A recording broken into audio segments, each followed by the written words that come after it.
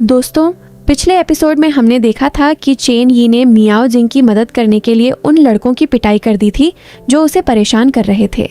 इसके बाद police station में जो कांग और वेन जिए की एंट्री हुई। वहीं पहली बार मियाओ जिंग को एहसास हुआ कि इस शहर में अब भी कुछ लोग ऐसे हैं जो बिना किसी मतलब के उसका साथ देना चाहते हैं। अब देखते हैं आगे क्या होता है। कहानी यहीं से आगे बढ़ती है। पुलिस स्टेशन से बाहर निकलते समय जो कांग और चेन यी साथ साथ चल रहे होते हैं। जो कांग कुछ देर चुप रहने के बाद कहता है, उस दिन तुम पुलिस भर्ती का एग्जाम नहीं दे पाए थे, लेकिन अगर आज भी तुम्हारा सपना वही है तो शायद मैं तुम्हारी मदद कर सकता हूँ। मैं ऊपर बात करने की कोशिश करूंगा। ये सुनकर चेन यी हल्का सा मुस्कुराता है, लेकिन इस बार उसकी मुस्कान के पीछे उम्मीद नहीं थी। वो धीरे से कहता है, अब बहुत देर हो चुकी है, वो सपना अब मेरा नहीं रहा। फिर वो मियाओ जिंग की तरफ देखते हुए कहता है, अब मेरी सबसे बड़ी जिम्मेदारी मियाओ जिंग है। इस बार मैं उसे अकेले परेशान नहीं होने दूंगा। जो कांग हैरानी से उसकी तरफ देखता है और पूछता है, लेकिन मियाओ जिंग की माँ ने तुम्हारे पापा से कभी शादी ही नहीं की, यानी वो तुम्हारी फैमिली भी नहीं है। फिर तुम उसकी इतनी चिंता क्यों करते हो? पहले अपने बारे में सोचो। चेन यी बिना एक पल सोचे जवाब देता है, मेरे लिए मियाओ जिंग ही मेरी फैमिली है और उसके लिए मैं कुछ भी कर सकता हूँ। जो कांग उसकी बात सुनकर कुछ नहीं कहता, लेकिन शायद उसे भी पहली बार समझ आ गया था कि चेन यी बाहर से जितना सख्त दिखता है, अंदर से उतना ही अकेला इंसान है। अगले दिन मियाओ जिंग के स्कूल में विंटर वेकेशन की घोषणा होती है। टीचर सभी स्टूडेंट्स से कहते हैं, कल से सर्दियों की छुट्टियां शुरू हो जाएंगी, इसलिए सभी बच्चे अपने अपने घर चले जाएं। पूरी क्लास खुश हो जाती है, लेकिन मियाओ जिंग के चेहरे की मुस्कान गायब हो जाती है। वो मन ही मन सोचती है, घर, लेकिन अब मेरा घर है कहाँ? शाम हो जाती है, सभी स्टूडेंट्स अपने अपने घर जा चुके होते हैं, लेकिन मियाओ जिंग अब भी अकेली क्लास में बैठी रहती है। रात होने पर एक टीचर वहाँ आते हैं और कहते हैं, इतनी रात तक पढ़ाई कर रही हो? अब तो छुट्टियाँ भी शुरू हो गई हैं, तुम्हें भी घर चले जाना चाहिए। मियाओ जिंग बस मुस्कुराकर जी कह देती है, लेकिन बाहर निकलते समय उसकी आंखों में उदासी साफ दिखाई दे रही थी। स्कूल से निकलने के बाद वो एक होटल के सामने जाकर रुकती है। उसे उम्मीद थी कि शायद वहाँ 1-2 रात रुकने का इंतजाम हो जाए, लेकिन जैसे ही वो कमरे का किराया देखती है, वो बिना अंदर जाए ही वापस मुड़ जाती है, क्योंकि उसके पास तो रोज का खाना खरीदने तक के पैसे मुश्किल से थे। कुछ देर बाद चलते चलते वो चेन यी के घर के सामने पहुंच जाती है। वो घर की तरफ काफी देर तक देखती रहती है, लेकिन अंदर जाने की हिम्मत नहीं जुटा पाती। उसी समय सामने से चेन यी आता हुआ दिखाई देता है। उसे देखते ही मियाओ जिंग चुपचाप दूसरी तरफ मुड़ जाती है और वहां से चली जाती है। उसे लग रहा था शायद अब उस घर पर उसका कोई हक नहीं बचा। चलते चलते उसकी नज़र एक इंटरनेट कैफे पर पड़ती है।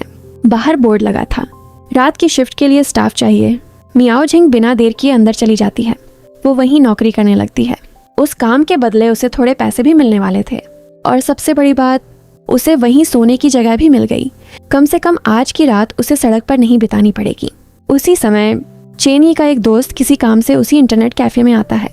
जैसे ही उसकी नज़र मियाओ जिंग पर पड़ती है, वो हैरान रह जाता है। वो देखता है कि मियाओ जिंग वहाँ सिर्फ काम ही नहीं कर रही, बल्कि उसका स्कूल बैग और बिस्तर भी वहीं रखा हुआ है। अब उसे समझने में देर नहीं लगती कि मियाओ जिंग के पास रहने के लिए कोई जगह नहीं बची है, इसलिए वो यहीं काम भी कर रही है और यहीं रह भी रही है। अगले दिन वो सारी बात जाकर चेन यी को बता देता है। पहले तो चेन यी सामान्य तरीके से कहता है, अच्छा है, सिस्टर मियाओ काम कर रही है, इससे वो अपने पैरों पर खड़ी होना सीख जाएगी। लेकिन इतना कहने के बाद वो कुछ देर के लिए बिल्कुल चुप हो जाता है। उसके दिमाग में बार बार यही बात घूमने लगती है कि मियाओ जिंग इतनी बड़ी परेशानी में थी, लेकिन उसने उससे एक बार भी मदद नहीं मांगी। कुछ देर बाद चेन यी बिना कुछ कहे वहां से निकल जाता है। दूसरी तरफ दिन में हमेशा की तरह मियाओ जिंग सड़क पर खाली कैन इकट्ठा कर रही होती है, लेकिन इस बार उसके पीछे पीछे चेन यी भी चल रहा होता है। वो बिना कुछ बोले उसके साथ कैन उठाने लगता है। कुछ देर तक दोनों के बीच बिल्कुल चुप्पी रहती है। आखिरकार मियाओ जिंग रुकती है और कहती है, आखिर तुम चाहते क्या हो? पहले तुमने ही कहा था कि मुझे अकेले रहना चाहिए, और अब हर जगह मेरा पीछा कर रहे हो। जब मैं काम कर रही हूँ तब भी। इस बार चेन यी की आवाज़ पहले जैसी नहीं थी। वो धीरे से कहता है, उस दिन मैंने गुस्से में वो सब कह दिया था। मेरा तुम्हें तकलीफ देने का कोई इरादा नहीं था। अगर हो सके तो मुझे माफ़ कर दो। ये सुनते ही मियाओ जिंग की आंखों से आंसू निकलने लगते हैं। इतने दिनों से वो अकेले हर मुश्किल का सामना कर रही थी। वो बाहर से जितनी मजबूत बनने की कोशिश कर रही थी, अंदर से उतनी ही टूट चुकी थी। चेन ये धीरे से उसके पास आता है और पहली बार उसे अपने गले लगा लेता है। कुछ देर तक दोनों बिना कुछ बोले वैसे ही खड़े रहते हैं। फिर चेन ये कहता है, वो घर जितना मेरा है उतना ही तुम्हारा भी है, और इस दुनिया में अब सिर्फ तुम ही मेरी फैमिली हो। मेरे साथ चलो, घर चलते हैं। बस इतना सुनना था कि मियाओ जिंग और जोर से रोने लगती है। उसे इन आंसुओं की नहीं बल्कि किसी अपने की ज़रूरत थी जो बस इतना कह दे कि तुम अकेली नहीं हो। कुछ देर बाद दोनों साथ साथ वापस घर लौट आते हैं, लेकिन इस बार चेन ये ने पहले से ही पूरा घर साफ कर रखा था। जैसे ही मियाओ जिंग अपने कमरे में जाती है वो हैरान रह जाती है। कमरा बिल्कुल पहले जैसा था। उसका बिस्तर, उसकी किताबें, उसके कपड़े, यहाँ तक कि उसका टूथब्रश भी अपनी पुरानी जगह पर रखा हुआ था। चेन ये मुस्कुराकर कहता है, देख लिया, तुम्हारा कमरा पहले जैसा ही है। मैंने कुछ भी नहीं हटाया। अगर तुम्हें किसी भी चीज़ की ज़रूरत हो तो मुझे बता देना। फिर वो थोड़ी देर रुककर कहता है, अब मैं तुम्हें और परेशान नहीं होने दूंगा। इसके बाद अचानक उसके मुंह से निकल जाता है, मैं अब बड़ा हो गया हूँ, अब से तुम्हारा ख्याल मैं रखूँगा। तुम्हें किसी बात की चिंता करने की ज़रूरत नहीं है। ये बोलते ही चेन ये खुद ही चुप हो जाता है। उसे एहसास होता है कि उसने शर्माते शर्माते दिल की बात बोल दी। वो तुरंत वहाँ से बाहर भाग जाता है। बाहर आकर खुद से कहता है, अरे मैंने ये क्या बोल दिया। उधर मियाओ जिंग पहली बार दिल खोलकर मुस्कुरा रही थी, क्योंकि उसने आज पहली बार पुराने वाले चेनी की जगह एक बिल्कुल नया चेनी देखा था। चेनी बाहर आने के बाद सोचता है कि मियाओ जिंग पूरे दिन से भूखी होगी।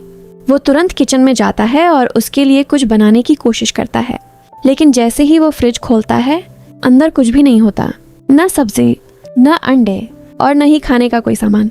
उसी समय मियाओ जिंग भी किचन में आ जाती है। वो भी फ्रिज के अंदर देखती है और बिना कुछ बोले समझ जाती है कि चेनी की हालत अभी कितनी खराब है। उसके पास घर चलाने तक के पैसे नहीं बचे थे। लेकिन मियाओ जिंग कुछ भी नहीं कहती।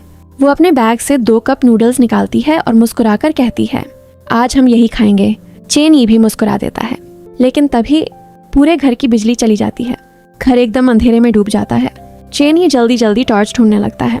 इसी बीच उसकी नज़र अलमारी के अंदर रखे उसी पुराने बिजली के तार पर पड़ती है जिससे उसके पापा बचपन में उसे करंट लगाया करते थे। उसे देखते ही चेनी कुछ पल के लिए वहीं रुक जाता है। पुरानी यादें एक बार फिर उसके सामने आ जाती हैं, लेकिन अगले ही पल वो खुद को संभालता है और बाहर जाकर मीटर चेक करता है। थोड़ी देर बाद वापस आकर वो मुस्कुराने की कोशिश करते हुए कहता है, कुछ नहीं हुआ, मैं बिजली का बिल भरना भूल गया था, इसलिए बिजली काट दी गई। इतना कहकर वो एक मोमबत्ती जलाता है। अब दोनों उसी मोमबत्ती की हल्की रोशनी में आमने सामने बैठकर कप नूडल्स खाने लगते हैं। शायद किसी और के लिए ये सिर्फ एक साधारण खाना था, लेकिन उन दोनों के लिए यही सबसे सुकून भरा पल था, क्योंकि पहली बार उनके पास कोई अपना था जिसके साथ वो अपना दुख और खुशी बांट सकते थे। अब वो दोनों सच में एक परिवार की तरह रहने लगे थे। अगली सुबह चेनी मियाओ जिंग को ऑनलाइन बिजली का बिल भरना सिखाता है। वो हंसते हुए कहता है, मैं अकेला रहता हूँ इसलिए मेरा बिजली का बिल ज़्यादा नहीं आता, शायद 40 या 50 युआन होगा। लेकिन जैसे ही बिल खुलता है दोनों चौंक जाते हैं। बिल 100 युआन का था। चेन ही अपनी जेब टटोलता है, लेकिन उसके पास इतने पैसे नहीं होते। तभी मियाओ जिंग अपनी कमाई हुई रकम निकालकर उसकी तरफ बढ़ाती है। चेन ये तुरंत मना कर देता है, लेकिन मियाओ जिंग मुस्कुराकर कहती है, अगर इस घर में हम दोनों रहते हैं तो सिर्फ तुम ही बिल क्यों भरोगे, ये पैसे रख लो। चेन ये कुछ देर तक उसकी तरफ देखता रहता है, फिर पैसे लेते हुए कहता है, ठीक है, लेकिन बाद में मैं तुम्हें ये पैसे वापस कर दूंगा। मियाओ जिंग हंसकर कहती है, ठीक है, पक्का। इसके बाद दोनों बाजार जाकर थोड़ा बहुत राशन खरीदते हैं ताकि आज पहली बार अपने घर में ठीक से खाना बना सकें। कुछ देर बाद चेन ये मियाओ जिंग को शहर के एक पुराने कबाड़ खाने में लेकर जाता है। वो कहता है, सिर्फ सड़क से खाली कैन उठाने से ज़्यादा पैसे नहीं मिलेंगे। मैं बचपन से यहाँ आता रहा हूँ। यहाँ लोहे और मशीनों का कबाड़ मिलता है जिसके अच्छे पैसे मिल जाते हैं। दोनों मिलकर वहाँ से पुराना लोहा और बेकार सामान इकट्ठा करने लगते हैं। काम करते करते चेनी मुस्कुराकर कहता है, जब मैं छोटा था और मेरे पास खाने तक के पैसे नहीं होते थे तब मैं यहीं से कबाड़ उठाकर बेचता था, उसी से खाना खरीदता था। फिर वो मियाओ जिंग की तरफ देखकर कहता है, आज भी मैं वही काम कर रहा हूँ, लेकिन इस बार फ़र्क सिर्फ इतना है कि तुम मेरे साथ हो, इसलिए अब ये सब इतना मुश्किल नहीं लगता। मियाओ जिंग हल्का सा मुस्कुरा देती है। दोनों काफ़ी सारा सामान इकट्ठा करके वापस लौटने लगते हैं। तभी अचानक एक कुत्ता उनके पीछे दौड़ पड़ता है। दोनों डरकर तेज़ी से भागने लगते हैं। भागते भागते दोनों ज़ोर ज़ोर से हंसने लगते हैं। कई दिनों बाद मियाओ जिंग के चेहरे पर इतनी खुलकर मुस्कान आई थी। समय बीतता है। करीब 3 महीने बाद अब चेन यी और मियाओ जिंग की जिंदगी पहले से थोड़ी बेहतर होने लगी थी। दोनों हर रोज साथ में कबाड़ इकट्ठा करते, उसे बेचते और धीरे धीरे पैसे जोड़ रहे थे। एक दिन वो दोनों हमेशा की तरह कबाड़ की दुकान पर अपना सामान बेचने पहुंचते हैं। दुकानदार पूरा सामान देखकर कहता है, इस बार कुल 17 युआन हुए। लेकिन मियाओ जिंग तुरंत मुस्कुराकर कहती है, अंकल कम से कम 20 युआन तो दे दीजिए, हम हर बार इतना सारा सामान लेकर आते हैं, आपके पुराने ग्राहक हैं। दुकानदार पहले तो मना करता है, लेकिन फिर हंसते हुए कहता है, ठीक है, सिर्फ तुम्हारे लिए, और उन्हें पूरे 20 युआन दे देता है। बाहर निकलते ही मियाओ जिंग खुशी से कहती है, देखा मेरे साथ रहने का फायदा। चेन ये हंस पड़ता है। दोनों अपनी पुरानी छत पर जाकर बैठ जाते हैं और कमाए हुए पैसों का हिसाब लगाने लगते हैं। मियाओ जिंग कॉपी में एक एक खर्च लिख रही होती है।